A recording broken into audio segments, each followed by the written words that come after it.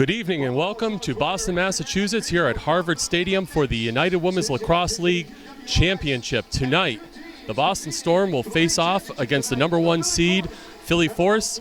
The winner of this game takes home the UWLX trophy and will be our 2018 champion. I'm Chris Widelo, and I'm joined today by Taylor Virden, who will be helping me out here in the booth. Taylor, good to see you. Hey, Chris. Glad to be here tonight. Can't wait to see what happens. So this is an exciting game where the Boston Storm will make their third appearance in the championship game this year. They have played the Long Island Sound and the two previous champions, and this is the first trip to the finals for the Philadelphia Force. Let's go over the starting lineups first for the visiting Boston Storm. In goal will be Liz Hogan. On defense will be Carly Cronin, Emily Bosino, and Brenna Raynon. In the midfield for the Storm will be Allie Flury, Hannah Murphy, and Sarah Crowley. And at attack for the Storm will be Holly Turner, Kayla Treanor, and Riley Donahue.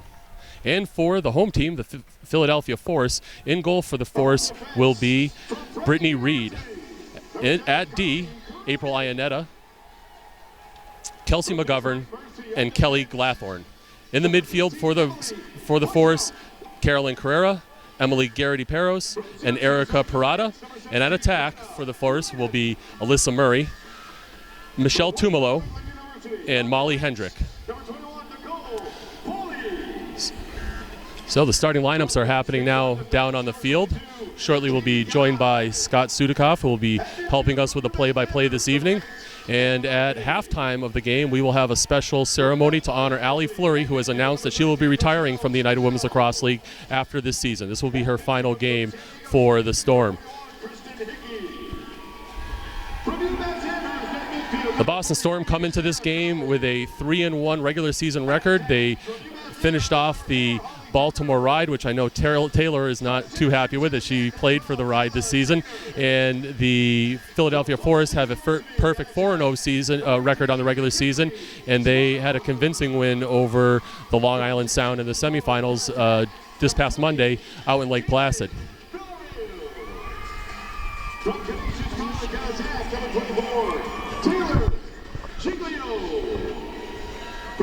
We're excited to have some great sponsors here for the United Women's Lacrosse League this year. First and foremost, 3D Lacrosse, the managing partner of the UWLX. We also have STX, the official equipment company of the UWLX, and Nike, the official apparel company.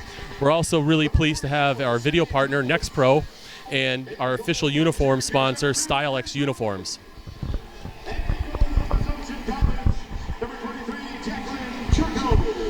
All the players for both teams will be announced here as they get ready for action. We have really three outstanding draw specialists that are going to be competing today on the Force. Carolyn Carrera has, I think, taken every single draw for their team, and on the side for the Storm, it's been Hannah Murphy and none other than Kayla Treanor. So an important piece of the game, right? That draw control is just ever so important. I think it's the most important part of the game for sure. Whoever wins the draw wins the game. Yeah, possessions often result in goals. And we are joined by Scott Sudikoff. Scott, good to see you. Good to join you.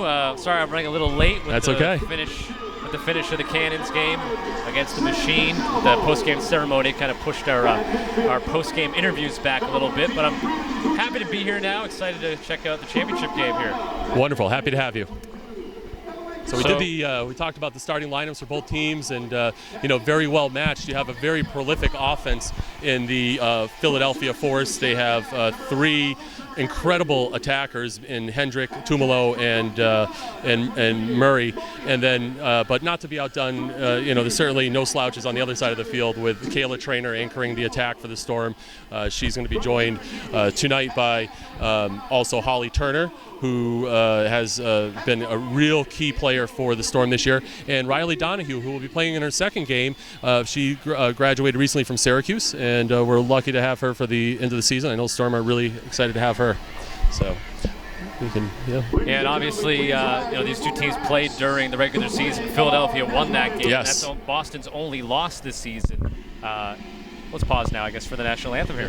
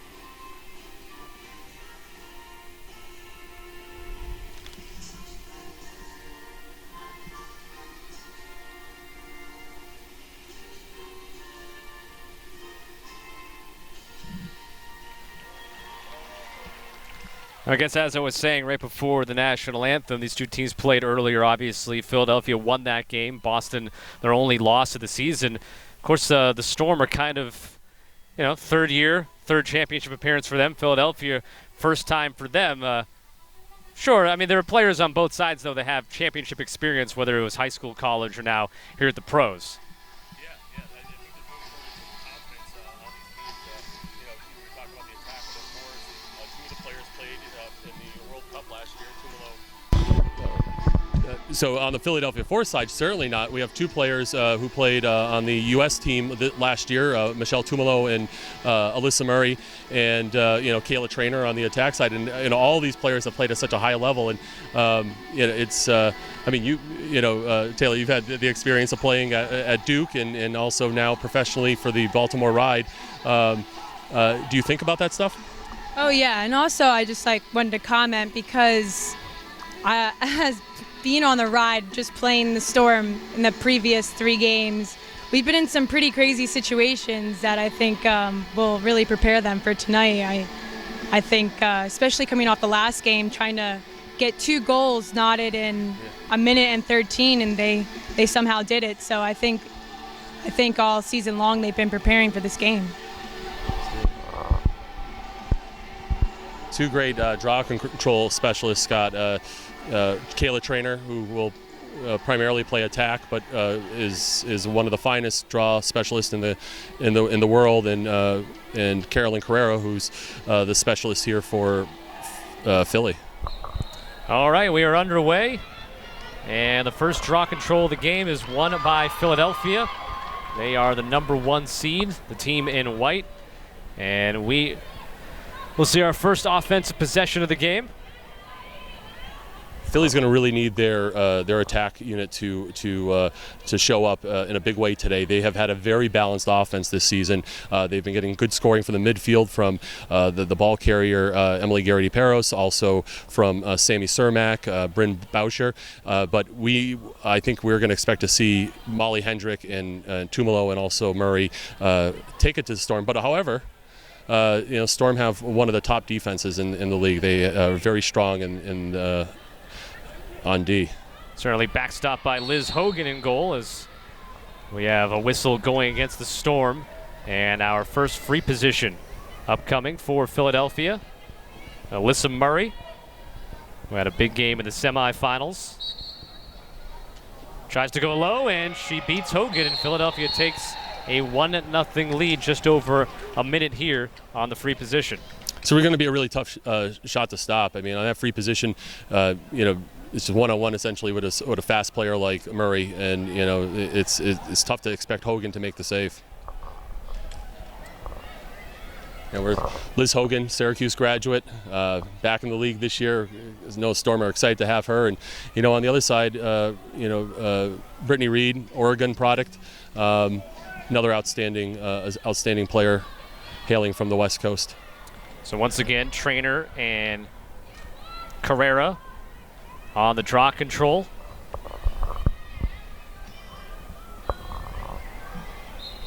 Right now outside the circle is number 8, and that is Hannah Murphy, and she will inevitably at some point take some of these draws.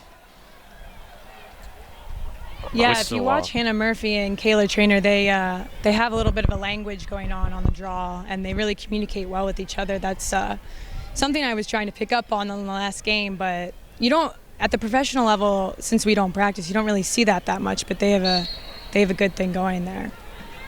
No shot here on this second free position that Philadelphia has. They just restart the offense. And that one shot wide by Murray. Backed up by the Force. They continue on. Still, obviously, plenty of time on the shot clock, but they will turn it over here, and the Storm will go for the first clear of the game. Boy, Allie Flury, she's battling a little bit of a foot injury tonight, and but this is her last game professionally, so she definitely wants to give it her all and end on a high note. And she loses it there against Garrity, though, and Philadelphia comes back with it. Alyssa Murray will slow things down for the Force. I'm really interested to see how Philly sets up their offense tonight, because all season it's been pretty obvious, so I wonder if they're going to go with the straight ISO from the top. I mean, it's been obviously pretty unstoppable at this so far, but it'll be interesting to see if they change it up for the night. I mean, interesting defensive matchups, right? So you have Bosino, who's going to be out there. She is going to... Good move by Murray to the cage to score. She has both goals for Philadelphia, and the Force now lead 2-0, really doing that on her own, kind of a serpentine route to get to the front of the goal there. Yeah, didn't look like that Marina Burke, who was matched up against her, really had good positioning on her. Let her inside, and Alyssa Murray's just going to put those goals away. Yeah, just playing against Alyssa at Syracuse, and now professionally, she's an explosive player. So she approaches slow, but her first step is quicker than most people who I've ever played against. So can't give her that, even an inch of space. So 2-0 Philadelphia lead. Just over 4 minutes gone by in the first half. Both goals by Alyssa Murray, one on the free position, and then one here in the run of play just a moment ago. So it looks like Marina Burke is now going to be down low at defense, and that's going to open up some options for Coach Teeter. That will allow Bosino to go to the midfield where she played in the semifinals and had a goal. Philadelphia turning it over. Let's see if Boston can set up the offense for the first time today. Here's Riley Donahue. Plays attack out of Syracuse.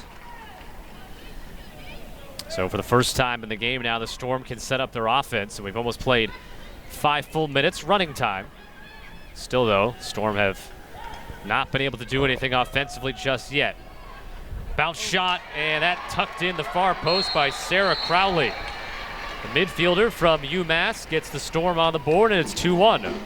That was just a great, unbelievable shot by her to sort of do that backhand and that high bounce to go over Reed's shoulder. But they needed that. That's a good way to get those nerves settled. I know both teams had to be nervous going into this, and now I think we're going to see some exceptional lacrosse. See how the draw controls go, though, because it's been all Philadelphia so far in that category. Yeah, absolutely. They've made the most of their possessions.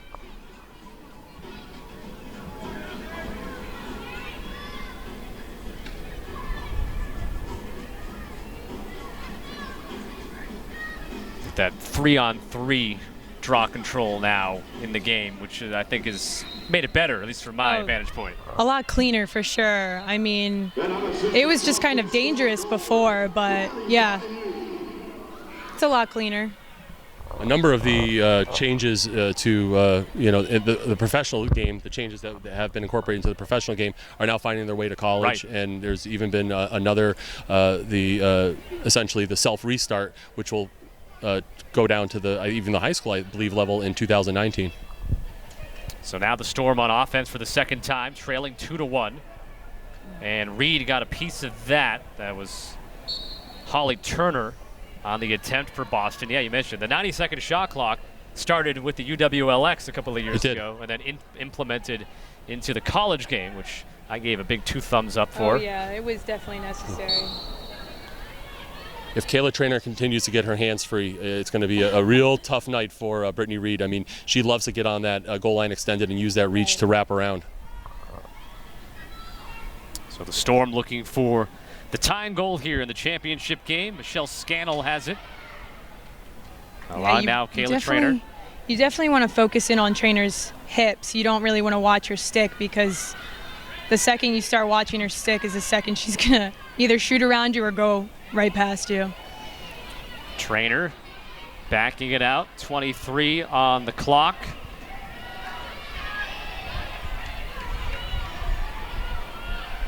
Treanor is going to get back there after a double team.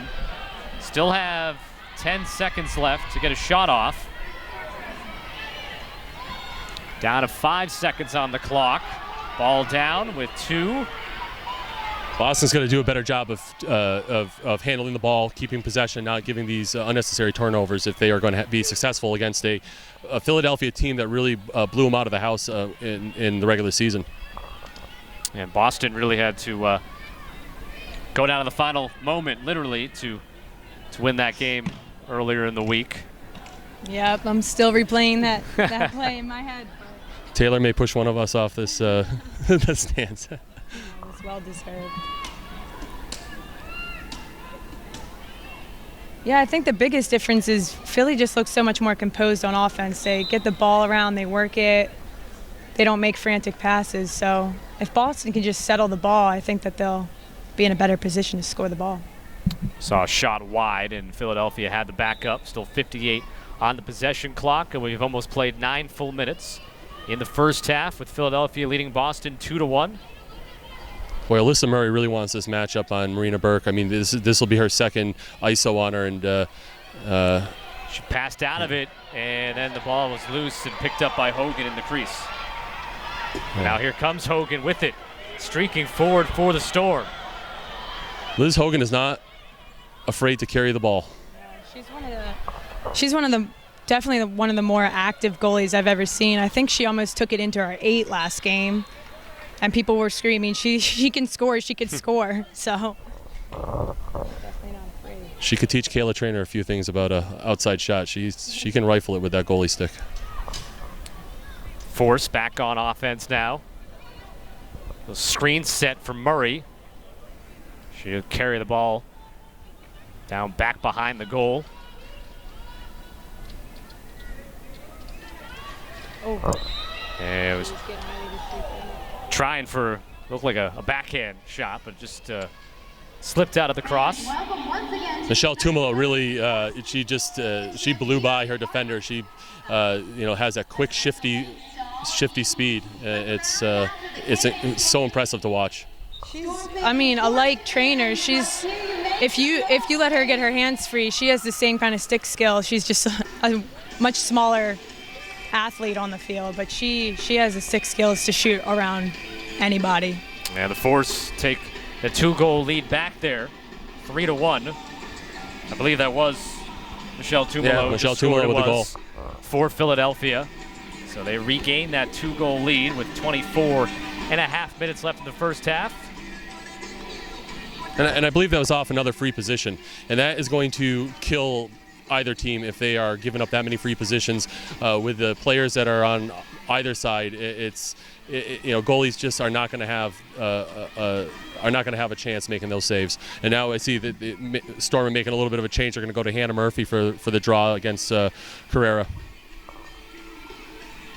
Hannah Murphy, obviously tremendous career at UMass, and not a bad replacement at the draw controls. No, she was outstanding last season. As in her rookie year, she continues to platoon with Treanor. And play being stopped for a moment, and that is Brenna Raynone, who is... I think she released early from the restraining line. So that'll be a green card, I believe a 1-minute penalty. Now, does the clock stop on this? Clock only stops the last 2 minutes of the game. I'm sorry, does the shot clock not start? Right, the shot clock will, they don't penalize a team with the shot clock. That was a new rule that was agreed to this year. Oh, I guess I'm wrong. They started the shot clock. So don't ask me. I asked because I think it changes so much. So Philadelphia will work back on offense here with the 3-1 lead. Hogan with the stop, and important ground ball if you're Boston. Try to get it here, but Force keeping it alive. Still down now behind the goal. You're right about Tumolo and Treanor essentially being very similar players. What I like about both of them, they're always keeping the head up to pass, looking to shoot, and their feet never stop moving. They constantly are on the run, and it really makes them tough to defend. And another free position chance coming here for Philadelphia, already with the 3-1 lead.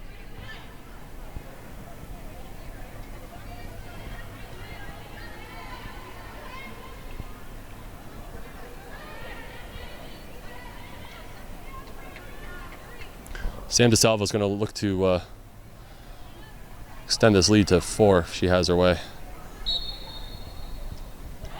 And the midfielder from Stony Brook tried to bounce it by Hogan. And now the Storm look to go in transition, trailing by 2. Allie Flury gets it ahead for Riley Donahue. That's 2 big saves for Hogan. I really think that's going to help her confidence. Not that she needs, things like that, but I think for any player getting on a little bit of a roll, whether it's scoring goals, streaky scoring goals or making saves, it certainly helps.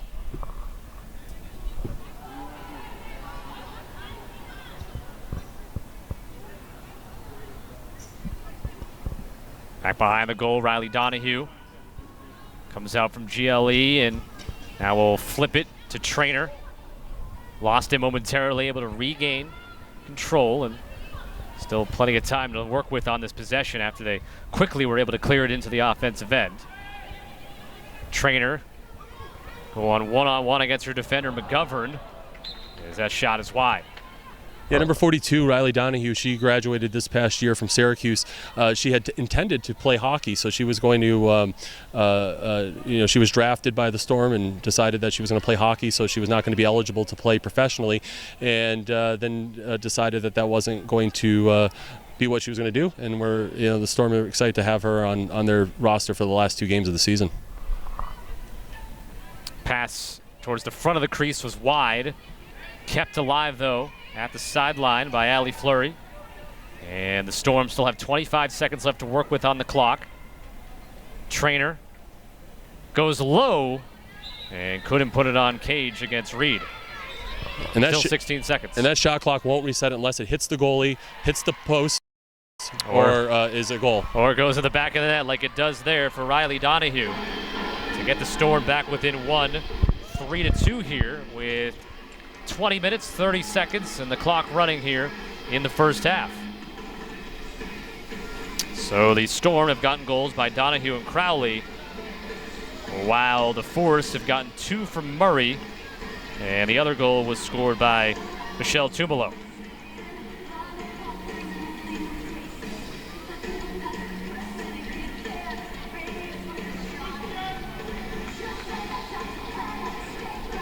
We kind of mentioned the hockey lacrosse crossover that those sports see, and yeah, you see it a fairly good amount. I know the name that pops into my head right now is Kenzie Kent with Boston College. She didn't play the entire lacrosse season for Boston College this past year.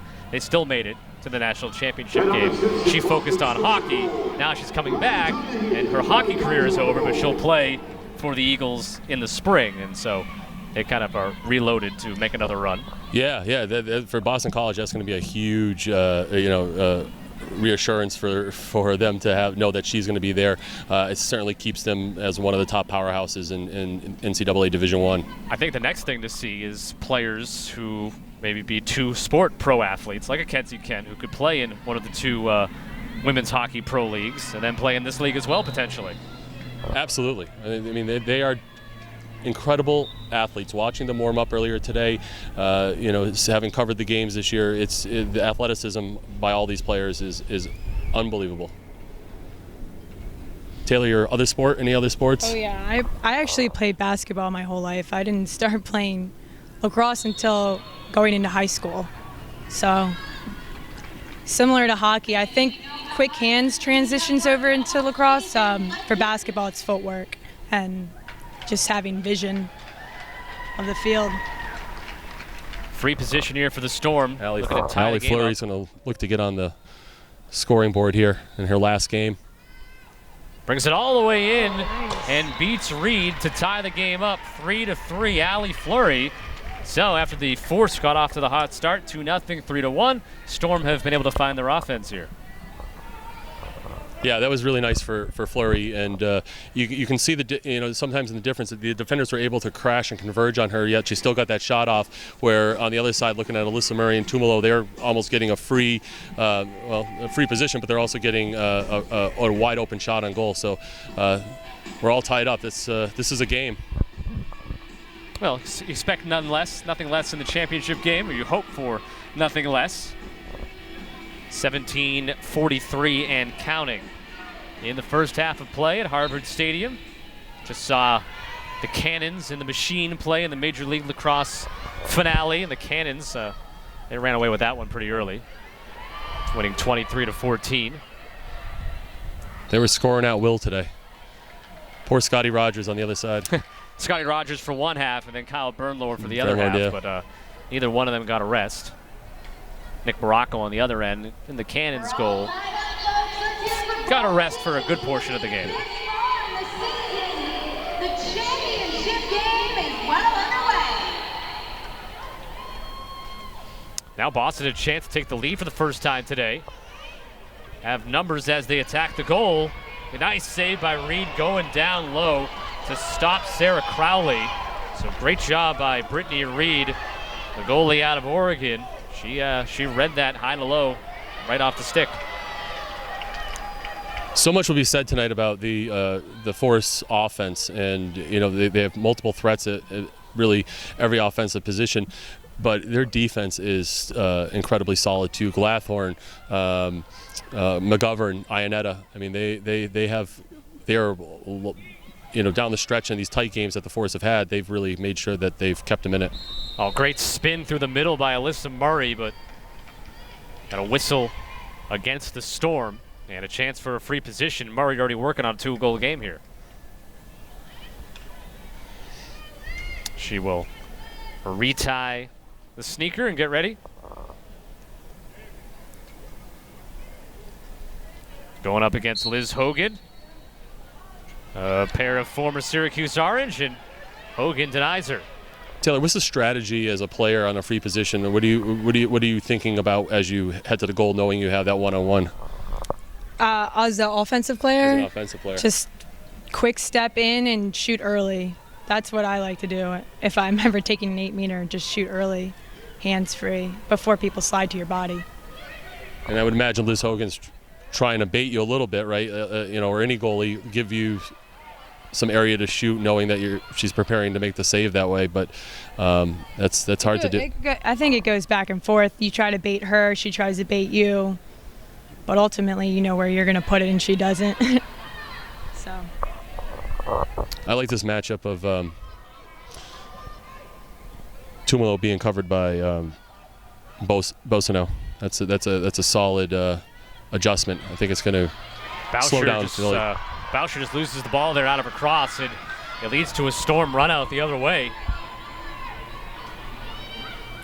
Take it all the way in for the go-ahead goal for the Storm to now lead 4-3 for their first lead of the game. Yeah, we need to see more of Michelle Scannell go into the goal like she did there.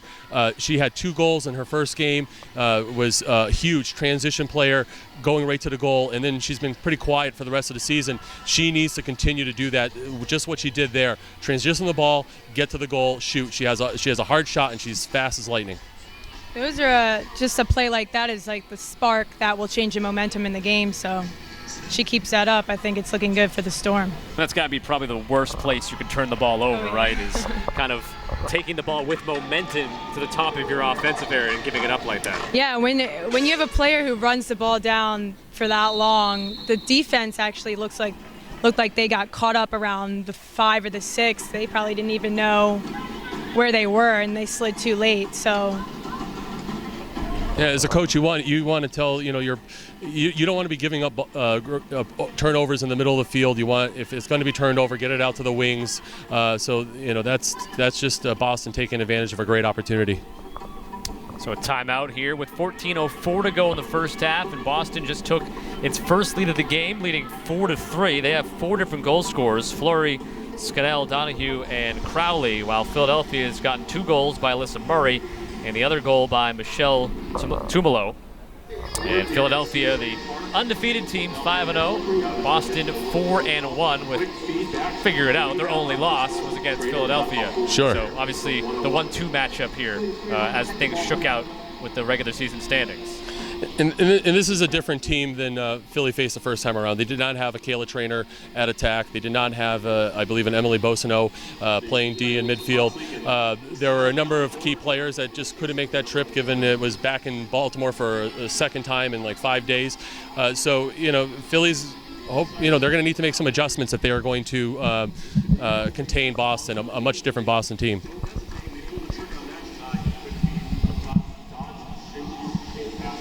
And at some point, I think Molly Hendrick is going to get going. right? We've seen a lot of Alyssa Murray, Michelle Tumolo. Molly Hendrick's not going to be quiet for long. She had I think almost like a 4-goal game in the first game of the season. And but again, that's to credit to Philly. Their scoring is so balanced this year. They're getting it at the midfield. They're getting it at attack. So play just about to get underway again here with 14:04 to go in the first half, and Boston leading Philadelphia 4-3. It looks like the Storm really liked this matchup of Hannah Murphy taking the draws against Carrera. She must be, she's having some success, so they're going to let it ride, let Kayla Treanor focus on attack. Actually, Kayla Trainor's right outside the circle, so she's going to be looking for that possession.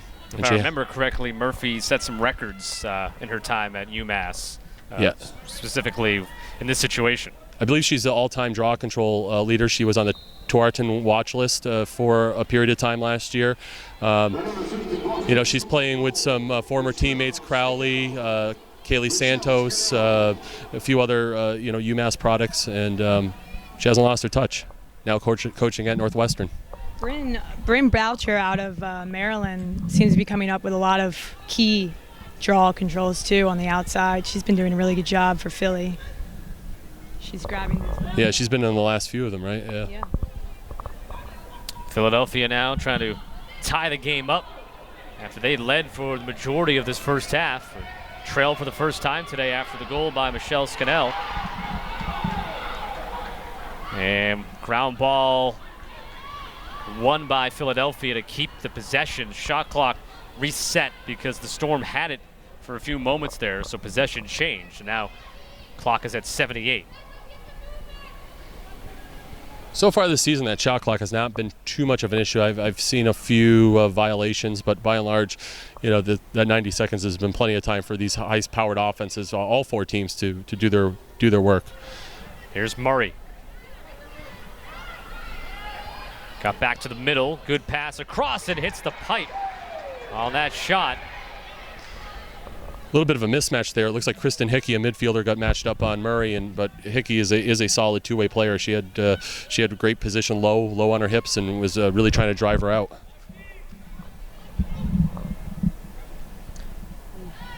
That one shot, and Hogan got a piece of it, makes a save. Reset that possession clock for Philadelphia.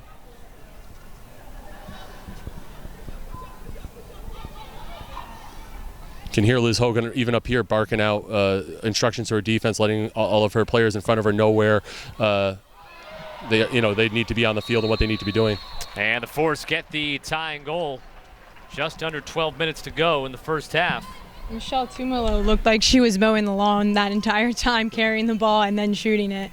She's just, her center of gravity must be so low to the ground. She's so quick. She's she probably has 2 goals right now, right? This is her second, yeah.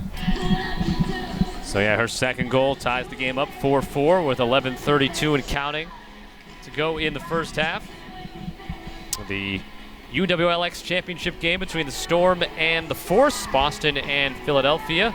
Boston has been in every championship game so far in league history. Philadelphia making its first appearance.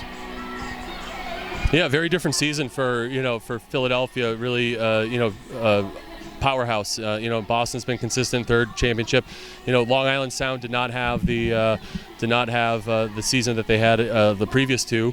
But that's great. It's exciting. It's exciting to see this type of parity among our teams.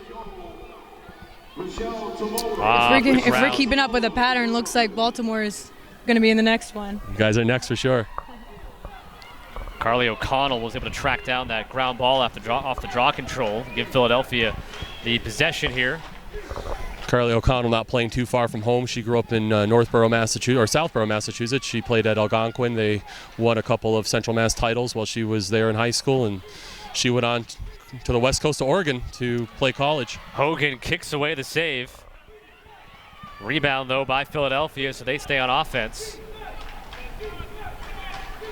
Wide open in front. Ladouceur, wow. Retake the lead, 5-4. T. Ladouceur this season has this is her first season in the league, although she graduated a few years ago from Syracuse, and she has been a key contributor every single game. At least I believe 2 goals, maybe 3 points total. It's certainly been an important spark for the Force. So the Storm, that lead they had was short-lived with 2 in a row back here by the Force. Tumolo and Ladouceur with the goals back-to-back.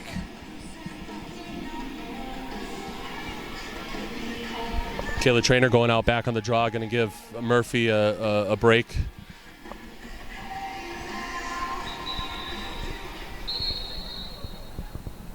We have an official timeout so they can discuss something here. So the clock will stop with 9:20 to go in the first half. This is it's a tough adjustment for the referees. I would assume that all the referees on the field today are D1 officials, as they usually are, but there are some adjustments that they have to make. So this is for all of them their first game officiating UWLX this season. So there will be a little bit of some growing pains, but not too much. Carly O'Connell is able to get to that loose ball again off the draw control for Philadelphia. I will say with the 3 people on the draw now, you don't see as much movement. When there was 2 pairs from each team on the circle, people were much more willing to move all around the circle. But with 3, you really see them, I don't know, just check it out for the rest of the game, but they kind of seem landlocked in the same spots. The officials just missed a blatant offsides. The Storm had 7 players on the defensive end, and Kayla Treanor just ran past 2 officials, and they never saw it. Emily Garrity just charged in hard there against Hogan, who makes the save. Yeah, Liz Hogan needed to make that save. I don't know. I guess if I were a Canadian men's lacrosse fan, though, I'd just be happy. Just don't call it offside. Just let it go. let it go. Especially when it wasn't offside, but that's a. For the Force, that would have been a now. good momentum change for them. They would have liked to have had that extra player advantage for 2 minutes, but after what happened, I think officials think twice about their calls. Ball bouncing around a little bit here. Boston has it. Carly Cronin came up with that ground ball. She's been a ground ball machine for the Storm this year, and she's actually coming out running a little bit of midfield as, they got to find a way to keep her on the field. She's just too good with the ground balls in transition. Coming out of that NEC powerhouse in Bryant University, where they, I think they just had their streak of championships broken this past year, but they had been the team out of the NEC for several years in a row, and she was a big part of it. Also a Massachusetts native, grew up in Wilbraham. Crowley, and you could hear the contact stick to stick to knock that one away. Reed was out of position momentarily, but the Storm could not take advantage of it. This is Donahue spinning near GLE and then feeding it to the cutter. And a whistle and a foul against Philadelphia will lead to a free position for Treanor, who was the one who made that hard cut. I don't know if you could see the defense on there, but Lexi Cross, number 32, D'ing up against the Storm. I mean, the physicality, her driving, her hands right on the hips. I mean, there's no shortage of physical play. Do you find, Taylor, this to be more physical than even the D1 college level? Oh, yeah. They let us play a lot more. And, I mean, the rules have changed since I played in college, but it's so much more enjoyable as a player because no one wants to stop constantly for a whistle. But yeah, definitely way more physical. Treanor on the free position. She got Reed down and still snuck it by her. So Reed actually kind of read it right, but Treanor still able to score and tie the game back up at 5-5. And I guess with a player like her, you have to kind of honor every single part of the goal because she could probably put it pinpoint in any spot. Yeah, no doubt, and and that was a combination of stick and head fakes. I mean, her legs are going, her head and shoulders are faking, and also she has incredible stick fakes. So, Brittany Reed had her work cut out. She was going to make that save. Yeah, I mean, I just think stick to the fundamentals when it comes to a player like Treanor, slide hard to her body and stay in front. I mean, that's and move her out. But I would kind of like to see Treanor maybe step back and go for that 2-point shot. Yeah, we just have not seen many of those 2-point shots this season. I think if anybody's going to do it, it might be her. Now, what if she shoots it from April the Ionetta. MLL 2-point line? What's that going to count for? Maybe ESPN top 10. UWLX website. Keep up with some of your favorite players. All right, so we're Philly's tied really up again here, 5-5. And Philly's really having a good day at the draw circle, right? So that last draw, instead of a Carly O'Connell, it was April Ionetta coming up with a key ground ball, give them that possession. They just have to do something with it. Yeah, and like I said, the draw is going to the same spot every time, and you don't see people adjusting to it, and I think that's interesting. I think that comes along with and maybe because we don't practice as much, but it's just interesting. People don't move as much. Saw there, Garrity lost the ball as she was trying to dodge through the middle, turning it over, and now the Storm have it. Try to complete the clear and maybe regain the lead if they can score here. Tied 5-5 with 4:38 to go in the first half of the championship game. Talk about the draw controls and obviously how important they are, because you kind of have that make it, take it mentality if you keep scoring and winning. And again, in the game we saw before this with Trevor Baptiste and the Boston Cannons, that was exactly what happened for them. They just kept winning face-offs and kept scoring, and basically this ability to not allow the other team to ever have the ball if you have a good face-off / draw control unit. Yeah, no doubt. And we saw that even on the guys' side with Team USA, right? The two amazing draw specialists, really helped them capture that championship, and here it is no different. Yeah, and I mean, Looks like another free position here. Well, I'm going to hop out of the booth for a minute as I'm going to head down to the field. We have a special ceremony coming up at halftime. We'll be honoring Allie Flury, who will retire. So I'll turn it over to you and see you after the half. We'll take it the rest of the way home here at the end of the first half with 3:30 to go. 5-5 the score. And Philadelphia trying to go in transition. Whistle here against the Storm, and I'll defer to you on that. I'm not sure exactly what they're calling here. it's hard to be sure when there's so many people throwing their hands up in the air. But if I learned anything from the last game, I mean, not individually, but you just don't want to play into that kind of stuff. It kind of consumes the game. So Philadelphia restarts it here on offense. Tied 5-5, so again, exactly what you'd want in a championship game. And right on cue there, Philadelphia retakes the lead 6-5. That was a well-placed shot there to beat Liz Hogan. That was really nice. She took that half second just to look and see where Liz's stick wasn't, and I think that was top shelf. So with 2.5 minutes left in the first half, Philadelphia has gone back up by 1, and the largest lead we've seen has been 2. Yeah. So that's really, when you're on the field, that's no big deal, and obviously right now we're kind of just going back and forth. Right, which is kind of interesting because Philly has definitely been dominating the draw. See what, you got Treanor out there for Boston, and I believe still Carolyn Carrera for Philadelphia. So Boston's been kind of switching things up. It seems as if Philadelphia is staying consistent, which makes sense. Right. If you're winning, then why change anything up? Right.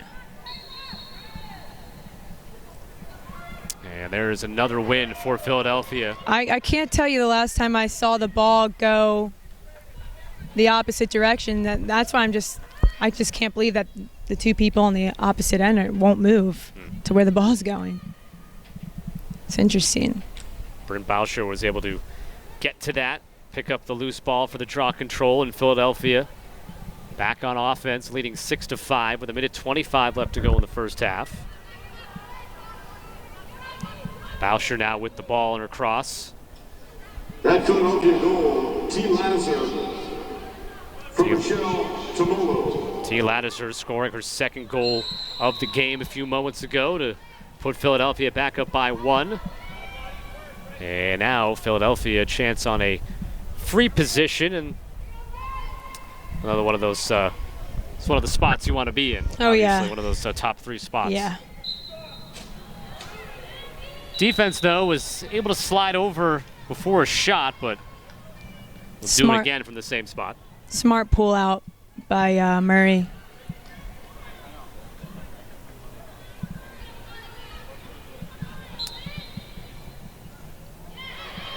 That one bounced off Hogan. She made the save, couldn't find the loose ball. Now Philadelphia will have a chance to close out the half potentially with the goal, with the possession clock off.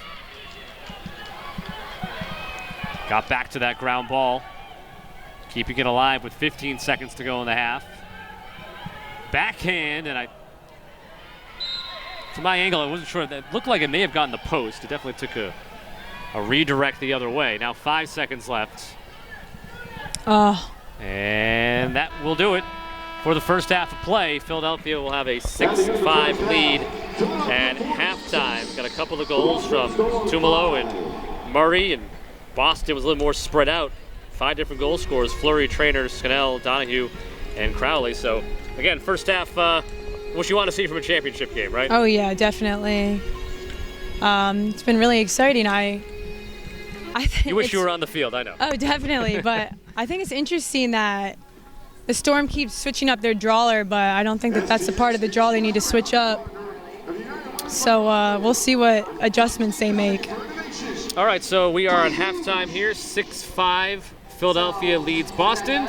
We'll take a break here for a little bit during halftime and come back and have the second half of action. Philadelphia and Boston here in the UWLX championship game.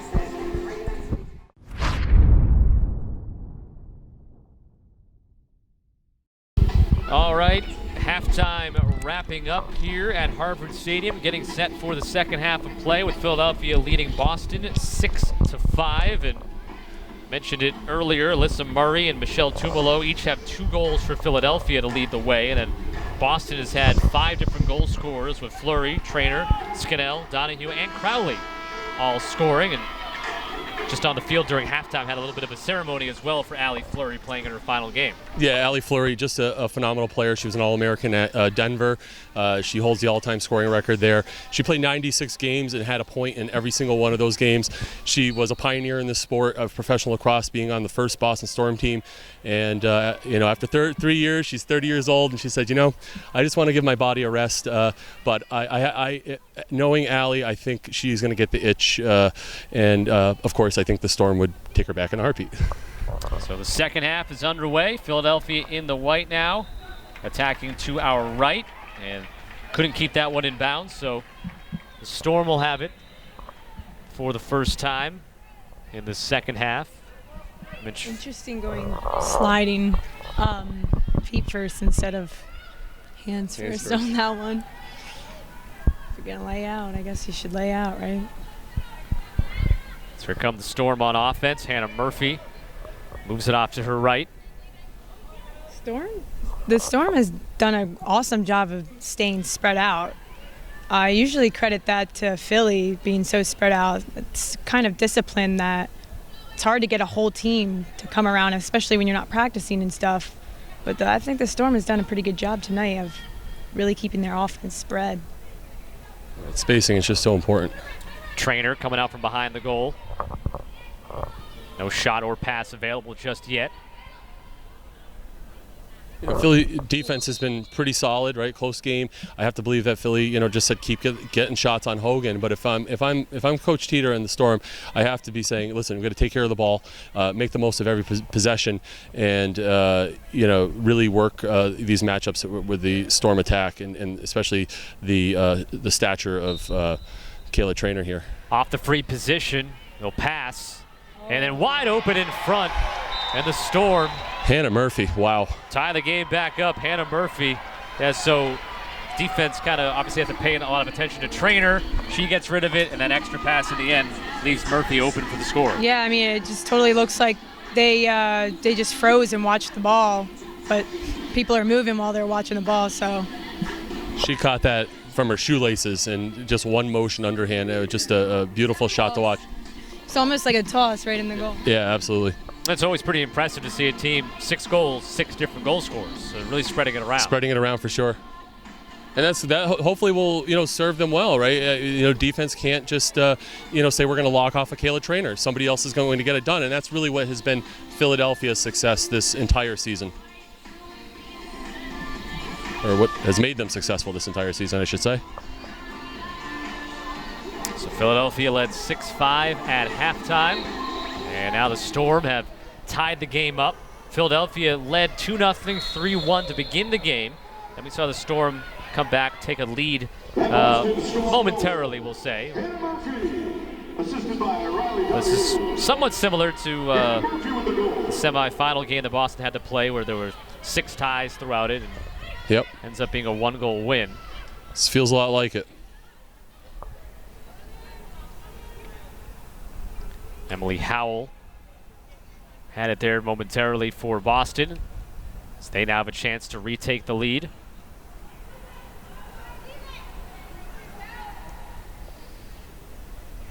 A couple of spins. Brittany Reed with an amazing save right there. Donahue had her 1-on-1. Oh, dangerous play for a second there by Reed.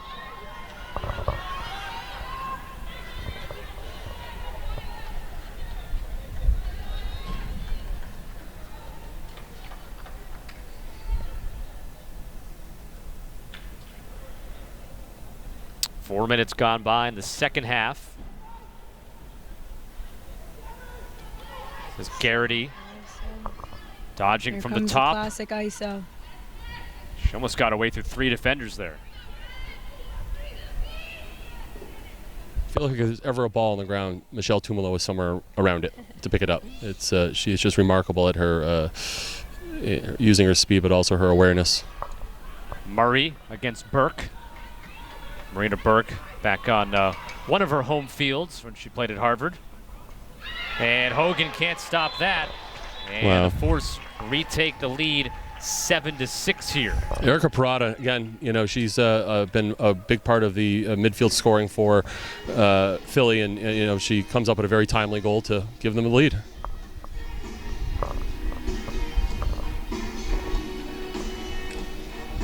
So 5 minutes into the second half, see the Storm tie it, but the Force back out in front with the goal by Perrotta.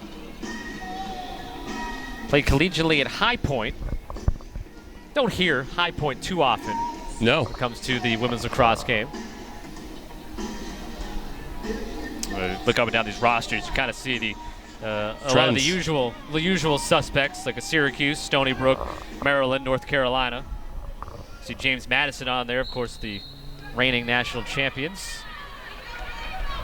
Yeah, a couple nice surprises. Both teams have. Philly also has an Oregon player, right? A really good school out in the West Coast. We have a San Diego State on the Storm and Kristen Hickey, and then you also have Nicole Poli for the Storm, who played Division III at Western New England University. Jackie Chirko, who played Division II at Assumption College, my alma mater, and also KK Villarreal for the Storm, who played at St. Anselm's. Treanor behind the goal, and the defense was good enough to force that shot high, and then can't see who that is from here, but great job winning the race to the end line to get the possession for Philadelphia. Oh, she just had almost a nice pickoff of Brittany Reed, and it looks like Treanor's shot, that ball came out a little high in the pocket, and she couldn't quite get the hold she needed to make it a. Here comes Philadelphia now, trying to turn defense into offense. Held on to by Murray, getting in closer. Murray's another one who's really good at going side to side really quickly. She really got in there really nicely. She waited for that defender to pop out on her and didn't use that momentum against her, and just a nice little face dodge and to get that shot off. But now she has a free position. And she scores her second free position goal, her third goal overall, and Philadelphia now ties that largest lead. It's only 2, but now 8-6 Philadelphia. If I'm Scott Teeter, I think I want to try to figure out a different matchup. Alyssa Murray is a world-class player. She has burned the Storm. And Marina Burke's been, struggling a little bit on the 1-on-1 D. It might be an opportunity to get Emily Boissonneau maybe back down low, or look at other options and maybe get a Carly Cronin back out there and help have her. She is on the field. Looks like maybe she's going to make that adjustment now. Although Cronin and Tumolo are pretty much the same height, so that's a nice, and Cronin is pretty fast, so that's a nice matchup to have. Probably a key point in this game right now. Again, with the running clock, 2-goal lead now for Philadelphia, and they've had pretty good dominance overall to draw control. And, well, this was key because Boston needed a win. Treanor gets it. I think Trainor's been waiting to do that all game. Of course, Kayla now works as an assistant coach at Boston College, but also spent some time as an assistant here at Harvard. She knows the lay of the land pretty well. Boston certainly has a number of threats, but in my mind, if they are going to win this, Kayla Treanor just has to take over and be Kayla Treanor, K-Train to the goal, and get it done. I think that she is just a special player, kind of like a Molly Hendrick, a Tumolo, a Murray. She just has to, and she does. She'll take the ball, but just let her go to the goal. Let her go to the goal.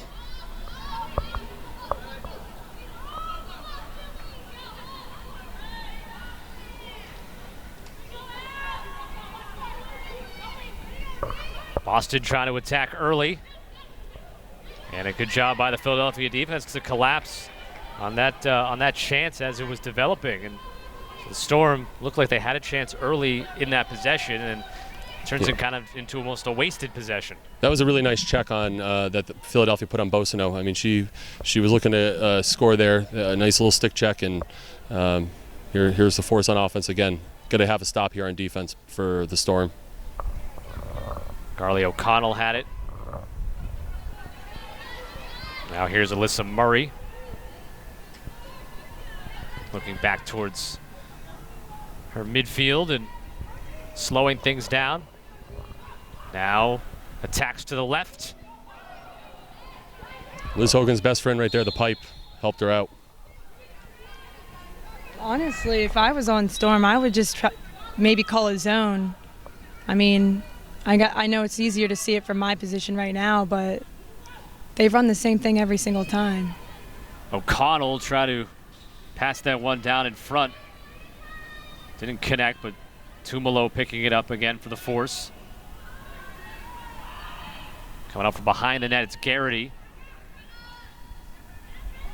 Wow, that was a nice little check there on Molly Hendrick. Brenna Raynon put a nice little check on her and take that ball away. I think Philly would benefit from throwing the ball behind a little bit more than just sitting on it up top. I mean, I know they've generated some good goals up top, but as a defender, you really don't want the ball moving back and forth that much. So I think Tumolo and Molly Hendricks behind the goal is a pretty big threat. So I'd like to see the ball go behind to them a little bit more and see some action back there. Philadelphia led 6-5 at halftime. They've outscored Boston 2-1 here in the second half. Just went under the 24-minute mark left. Here's Murphy with a head of steam. Left-hand shot blocked, picked up in the air behind the net, kept alive for the Storm. That was a nice little hitch by Treanor. And Treanor delivers it home. Exactly what you were alluding to a few moments ago with Kayla Treanor, where she might have to take things into her own hands, and does it there. A second opportunity, though, for Boston. Those are huge in a game like this, taking advantage of second chances and scoring. Yeah, that's a key goal. Kayla Treanor really cannot be stopped one-on-one. They will either have to slide early with her or zone, but I think they know that she can do it and she wants to do it, and this is keeps it close for Boston. A lot of time left, though. Also, what makes her such a strong player is that even in these moments where she knows that she feels the pressure to keep scoring, she knows that she's the one who's supposed to be doing it, she never stops communicating with her teammates and looking for them. And you just don't see that in some of the top players. They just think they need to do everything, but she's always looking for everyone, and I really respect that about her. Wins that draw control. She's so good at using her size to win those plays, obviously. I think she's like, what, 9 feet tall with that stick? So unofficially. She plays like it too. Right now, chance for the Storm to get back-to-back, but Reed with the save. And now look at the long outlet, but too high. Kristen Hickey had a beat on that one. Didn't get it initially, but the Storm able to recover the ball back in their own defensive end, and I think then use a timeout here to settle things down, have possession, down 8-7 with 22:07 left to go in the second half. And good timeout in the sense that, values that possession right there.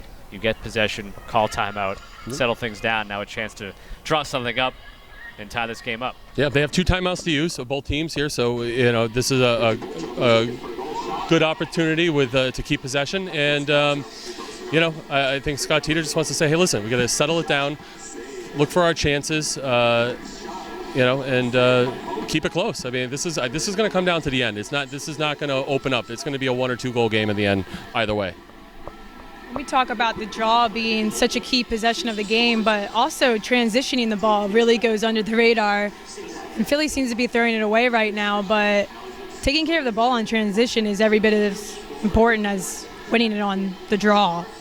So I think that that's something that really they need to clue into and take care of it.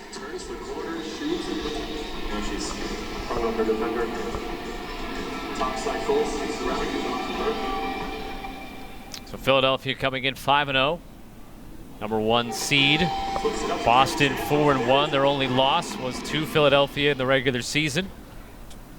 Both teams winning their semifinal games, played in Lake Placid, which obviously is kind of just a week-long celebration of the sport there on Lake Placid. It's a great week, and you have every level. You have youth to high school, collegiate, players who are home for the summer playing post-collegiate, and they even have men's and women's divisions headed up into the the later years. I know the men's even go into their 70s. They have a 70s bracket, a 60s bracket, and similar on the women's side. But if you've never been and you're a lacrosse fan, you have to go up. It's lacrosse all day, and then just a great community feeling as a lacrosse community takes over downtown Lake Placid, and you bump into people you haven't seen in years. And what I love about the lacrosse community is they're just welcoming. You start talking about lacrosse, and before you know it, you're best of friends. So out of the timeout here, the Storm with the possession. I almost keep calling them the Cannons, but I think you could give me a pass on that. Absolutely. No Philadelphia team in the MLL for me to confuse the Force with, though. Right. Used to be. Yes. Philadelphia Barrage, which were formerly the Bridgeport Barrage. That's going back a while now. That's going back. I was at the first Cannons game up in Lowell 25 years ago or 20 years ago. And to see it rise to this level gives me a lot of hope for the UWLX and the trajectory they're on. Philadelphia on offense here, leading 8-7, playing in their first championship game. For me, coming off the timeout, that's not the turnover that Boston wanted, right? They needed that possession, but now they're going to put it in the hands of the Force, and we see what happened there. Yep, Philadelphia takes full advantage. Gets the lead back up to 2, 9-7. Erica Perrotta with her second goal of the day. And both here in the second half. That midfielder from High Point we mentioned, High Point being a school maybe you don't see too often, but again, the sport growing collegiately everywhere really, that start to see more schools get more notoriety, and really at the women's level you see it now with the American Athletic Conference beginning on the women's side of things, the Big East having to shift a bit, and then I can't remember exactly, there's another conference they're splitting it. I forgot the name, the Southland, one of those conferences. Okay. They're splitting up, and so there's basically going to be more leagues moving forward at the women's game. in the collegiate level, that is. And that's great for professional lacrosse, great for the UWLX to have a really deep player pool. There's such an explosion in the game in the last 10 years where many colleges are picking up lacrosse as an additional sport, and we're seeing it not just as a Northeast sport, but also in the Midwest, Florida, Texas. It's all over. West Coast.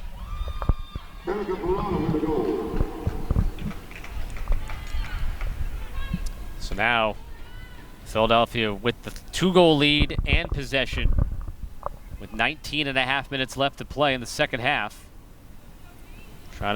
Storm will need to stop here. Trying to finish off a perfect season here and be UWLX champions. Last time they needed a stop, they got a draw control win and a goal, which is the best form of a stop, obviously. Yeah, it's a good way to build momentum for one team and stop the other. We're gonna have a push here. Oh no. And it's not what Philadelphia wants to see with Michelle Tumolo laying on the ground, and she does not look like she is okay.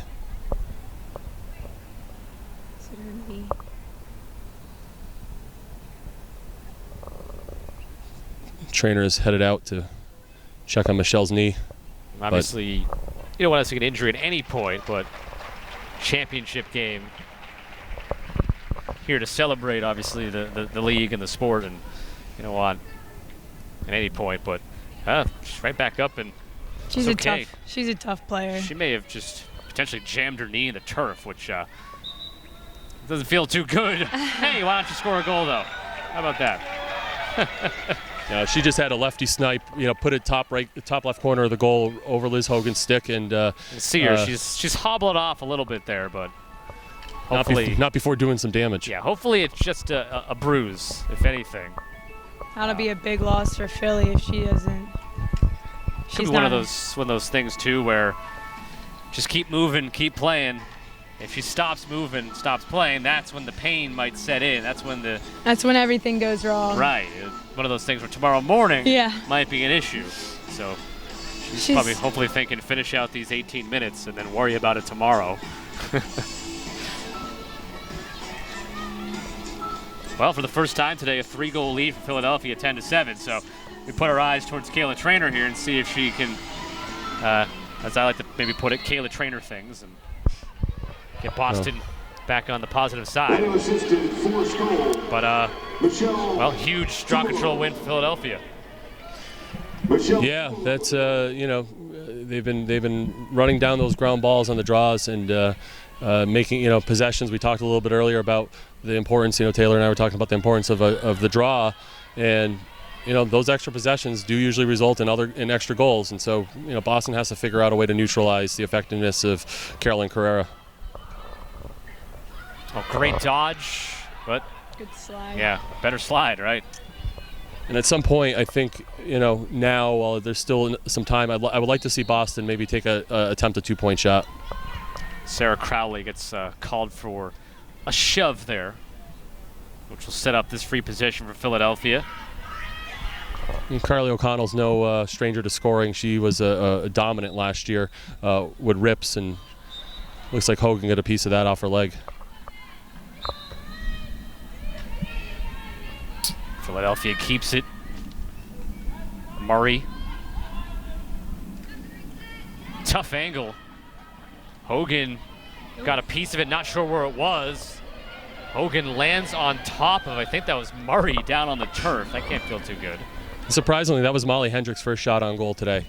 So that's the last thing the Storm will need for her to get wake up and start contributing to this Philadelphia scoring barrage. O'Connell took that shot, denied. Murray loses it, and the whistle goes against Burke. Good defensive hold here, right? They've had some good saves, some good D, and now they need to come up with a possession off of one of these next time that ball hits the turf.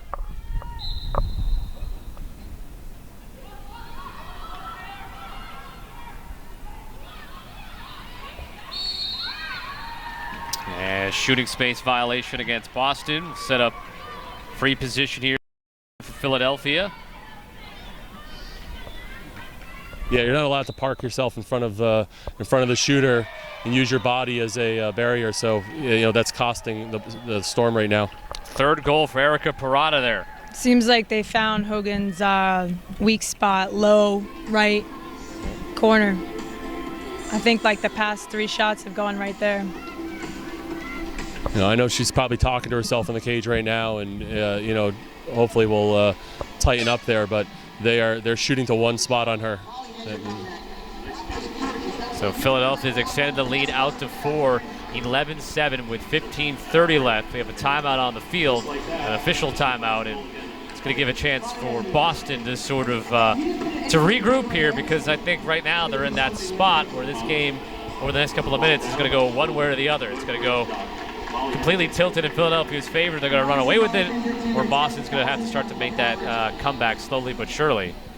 And again, it's funny, you do all these games on the men's and women's level, and you always go back to that big cliche of, well, it comes back down to the face-off and the draw control, and you're kind of like, no duh, but it is that important.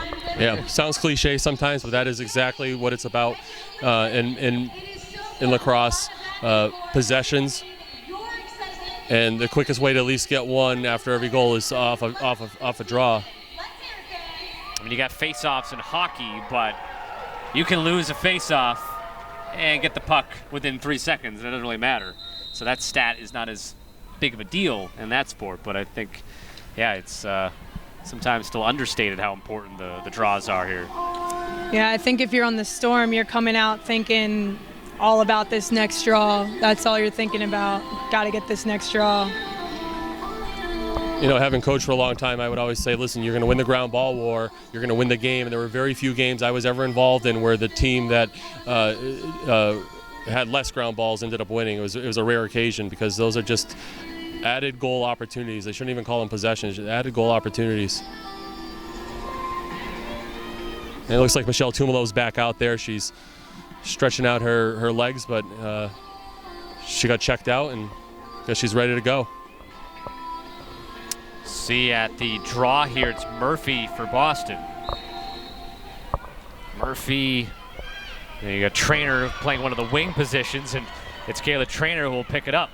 I'm pretty sure Kayla Treanor just did what was equivalent to dribbling between your legs in basketball. Question was it on purpose by Treanor? I think it was. So? It looked very intentional and very nice.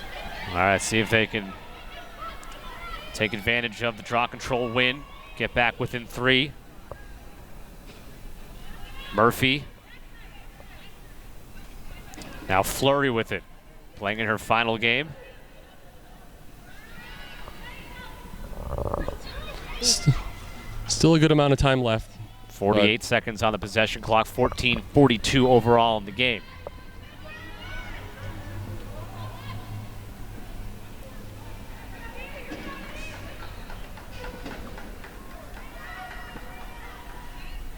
I am kind of surprised that we haven't seen any kind of face guard on Treanor in this championship game.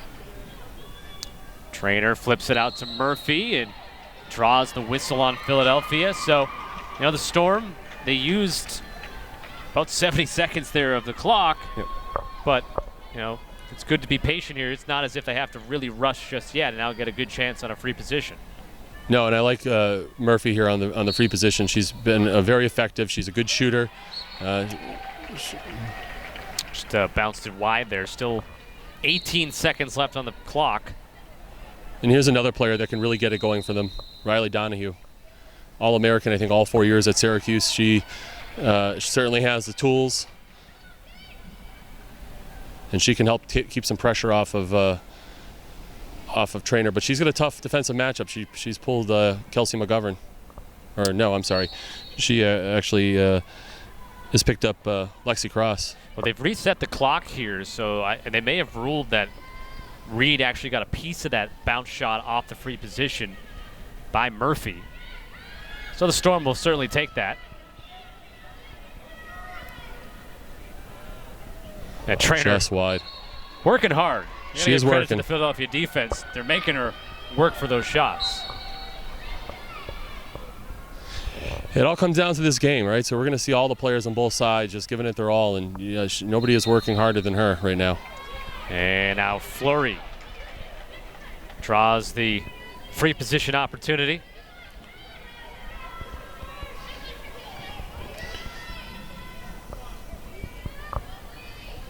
Going against goalie Brittany Reed. Flury will pass out, and the pass was behind the intended target, and they turn it over. Not the turnover you want off of a free position. I mean, that is your opportunity to move the ball or score, and that's doesn't help the Storm's cause here right now. Again, Philadelphia led 6-5 at halftime and have held Boston to just 2 goals here in the second half, building out to this 4-goal lead with 12.5 minutes left. Storm needs a big stop here. I mean, if you're Philadelphia, you're looking at the scoreboard and you think, ooh, if we get to 13 goals in this game, it's probably going to be enough for a win with the time remaining. Now we know we got the 2-point shot. We're waiting to see it be attempted, but got to think maybe it's still a little too early if you're Boston to go for it. We haven't seen a lot of them by Boston, so it's not something that we know whether or not they can pull off. They certainly have players that can do it. There's no doubt about that. But you also have 2 goalies that read the ball or Brittany Reed that reads the ball very well. So it's going to be a lot harder for her to. Hogan with the right foot save. Yeah. She seems unfazed by it. A shot was taken by Carly O'Connell. I think Carly O'Connell has a hard enough shot. If you just watched her ponytail, you would know how hard she was shooting it. I don't think you can say that about many players. Ball down. She gets every bit of her frame into that shot, too. She just unwinds and loads. And that is a possession Boston just needs. And Flury, good job staying with it, draws the whistle against Philadelphia. Now the quick restart, and there she goes.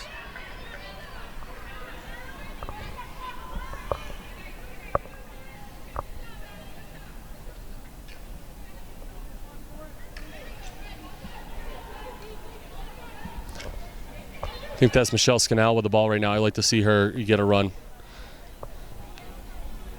She also has good size. She's fast. She protects the ball well. She has a very good shot. Division II Player of the Year. Delphi University on Long Island.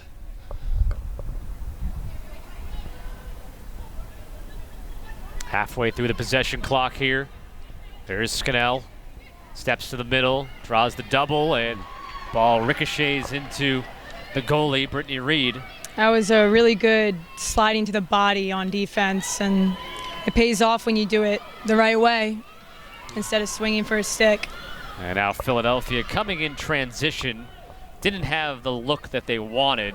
Plus, when you're up by 4, 10 minutes left, might be the better decision just to pull it out and waste off 40 to 50 more seconds, because now you're looking at the clock, less than 10 minutes left. You're up by 4. It's you don't want to play the clock just yet, but it's in the back of your mind, I would think. It has to be. To me, Boston's not scoring in bunches, so they have to be very aware of the clock, and that's just not. Wide open, a BTB. T. Ladouceur. Philadelphia leads 12-7. T. Ladouceur has had probably 2 goals in every game, and she's has been 3 today. 3 today, and she's been the star of their midfield, along with Sammy Cermak, who's not here. But wow, that's just beautiful to watch. So now a 5-goal lead, and yeah, I mean, I just said it a few moments ago. If you're Philadelphia, you get up to 13, 14, you can all but put this one away. And right now, 5-goal lead, clock running. It's there's a lot of time left, I think. I don't know, maybe I'm just keep the faith, but that's what I'm programmed to do. But I think 8 minutes is a lot of time. It is a running clock, but in the last 2 minutes, the clock does stop at each whistle, so that buys them a little bit more time. Any behind-the-back goals in your career, Taylor? No, I played defense. Did they let you carry the ball over the 30? Yeah, a couple times, unless I got a little wild with it. But no, I had my fun if I wanted to. I was on the circle as well, so. Murphy wins the draw. So your basketball skills served you well as a defender, your footwork and positioning. Yeah, really the overall vision on the field and just anticipating plays.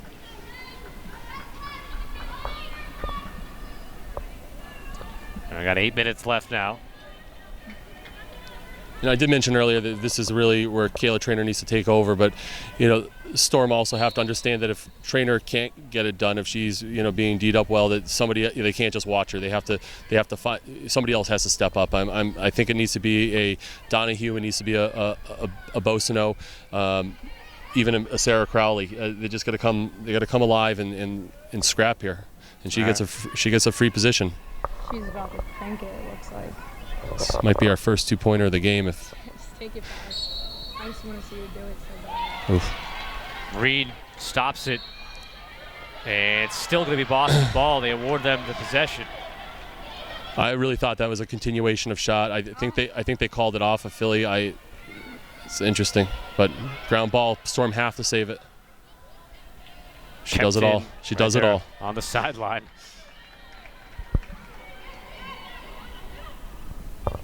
K-Train on the attack.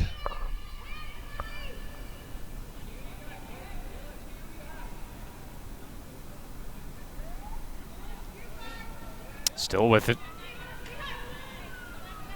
They clear out a whole side for her. Gets to her right. Still holds on.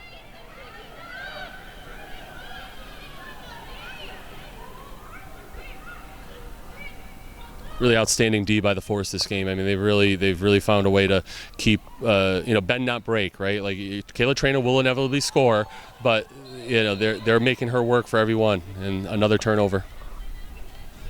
Yeah, really nothing opened up offensively there for Boston. It's not as if they weren't trying. They were working it around, and Force defense did not allow anything to appear there. And now just 6 minutes left, up by 5. I think it's safe to say, at least from my perspective, the clock is now officially an issue for the Storm. Philly is not going to. Well, I guess I stand corrected. They have the ability to score in bunches, and but if they don't, if Boston doesn't find a way to get a turnover here, they could be in trouble. Yeah, I definitely think they need to put some pressure on the ball and not sit back. It's not the time to sit back. To me, Emily Bosino hasn't really been much of a factor in the midfield, so I'd drop her low and use her speed and aggressiveness to really attack the ball and try to force those turnovers. But who do you force a turnover on? They're all, at least on their attacking, are all great ball handlers. It's Hogan makes. Thought she made a stop. They didn't reset the possession clock, but either way, it's still going to be Philadelphia ball here. Yeah, it's odd that the possession clock didn't restart. She definitely came up with a piece of it that first shot. Oof. Murray will kind of roll one in on a couple of bounces, and it's now 13-7 with 4:40 left to go, and I think Philadelphia's trying to smell that championship. Yeah, sometimes the ball bounces funny. Philadelphia with another great job. Alyssa Murray just really has taken over this game from go.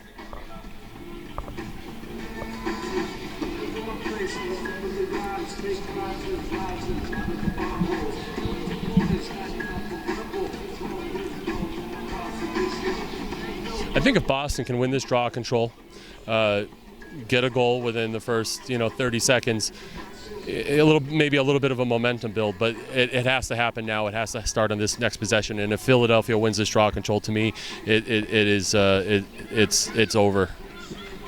Yeah, if I'm on Boston right now, I'm not gonna waste another 45 seconds setting up the draw either, because that just took like 30 seconds to set that up. Yeah. They had the win, lose it on the attack. And now Philadelphia back in possession of it. And for Boston, now you have to start taking a few extra chances, I think, defensively as well. Try to cause a turnover. You know, send a double early slide. You know, anything at this point. The name of the game is you got to get a possession. And if you can't achieve that, it's not going to turn out well for the Storm right now. So Alyssa Murray has scored 4 goals in the game, and you have 3 each by Ladouceur, Tumolo, and Perrotta. My chicken scratch is correct.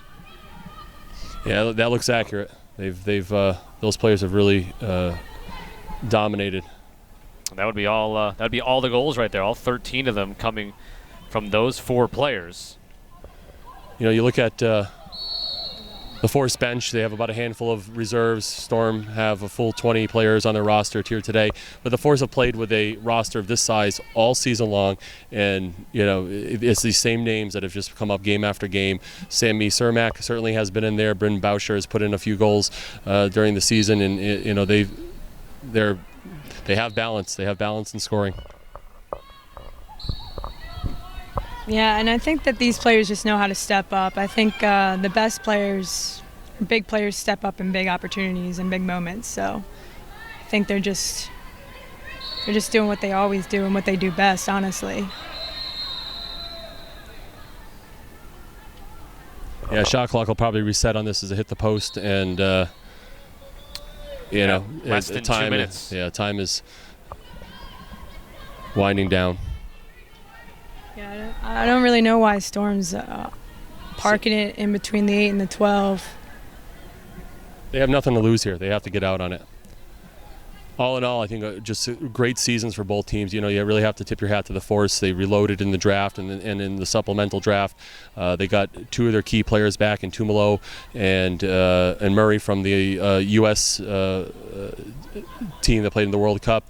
And it's made all the difference. I mean, you know, even a Molly Hendrick doesn't even score today because you have scoring from every other area. Into the Boston Storm, it's no easy feat to make the playoffs 3 years in a row.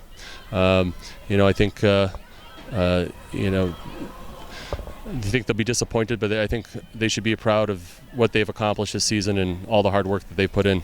Well, final minute of play here with Philadelphia leading 13-7. And that's all that separates them from the championship. Trophy waiting on the sideline. 2-point shot time. Yeah, why not, right? At this point.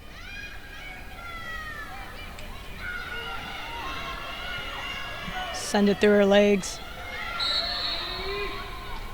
Yeah. 37 seconds left.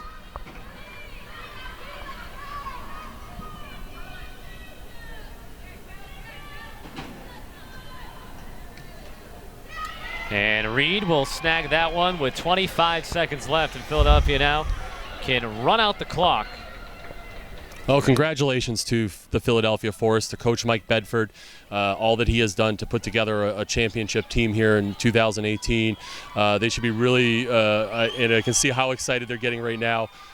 They've earned it. They have earned it through tough play and just you know, prolific scoring all season long. Just 2 seconds left. The clock not going. The ball's thrown up in the air. They're all waiting. Really kills the mood of the celebration, this clock, but here it is. It's over. All right, there we go. And the Philadelphia Force are the 2018 UWLX champions as they win 13-7 here. So they hold Boston to just 2 goals in the second half to win this game by 6 after only being up by 1 at halftime. Well, to me, that stat says it all, right? Boston and Philly went back and forth. They had, you know, and they were all putting up goals in the second half. The Storm just was not able to get their offense going, and it hurt them. It created a momentum for the Force, and you know, when it came time to start producing, they just couldn't get it done. So, you know, we talked a lot about the Philadelphia offense and the stats that were put up today scoring-wise, but we have to really look at the defense too, and Brittany Reed and all that they did there to keep some certainly accomplished scorers at bay this whole second half. Well, you ready to get back on the field again for another season? Oh, yeah. Already? Especially after that sting. I think it's a good thing, but I'll carry that in the next season for sure. I'm definitely so excited. All right, so the Philadelphia Force, the 2018 UWLX champions, they beat the Boston Storm today 13-7. Philadelphia winning the championship for the first time, and they get presented the trophy down on the field. I think that'll wrap up our portion of the broadcast here a pleasure. Today. Thank you for having me. Taylor Virden, thank you so much for being here. Scott Sudikoff. Thank you so much for having me. And we're really pleased to work with you, and thank you for doing this game. And we'll look forward to hopefully seeing you back next season. Yeah, looking forward to seeing the growth of the women's sport for sure, of the women's game. Definitely been seeing it kind of leaps and bounds really quickly the last couple of years. It has. So for Scott and Taylor, I'm Chris Widelo, and have a good evening, and congratulations to the Philadelphia Force, the 2018 United Women's Lacrosse League champions.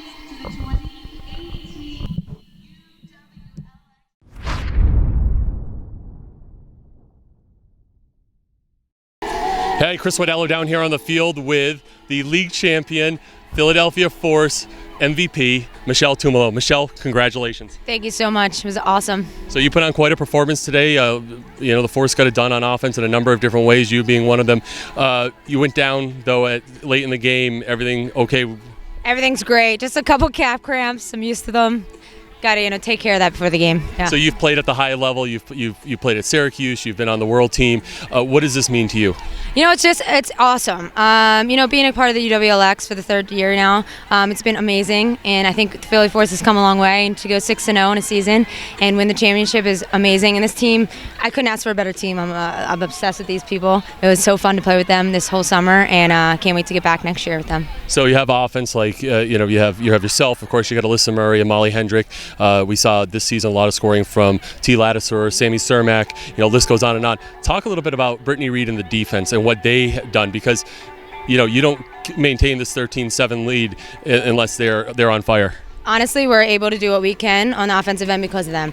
We got Kelly back there, we got Kelsey, we got the rest of the crew down there, and they are unbelievable. It's so fun to watch. I just stand here sometimes like, oh crap, I'm in a game right now, but so fun to watch. And it's because of them that we're getting the opportunities on offense. Brittany Reed's played lights out this whole season. It's so fun.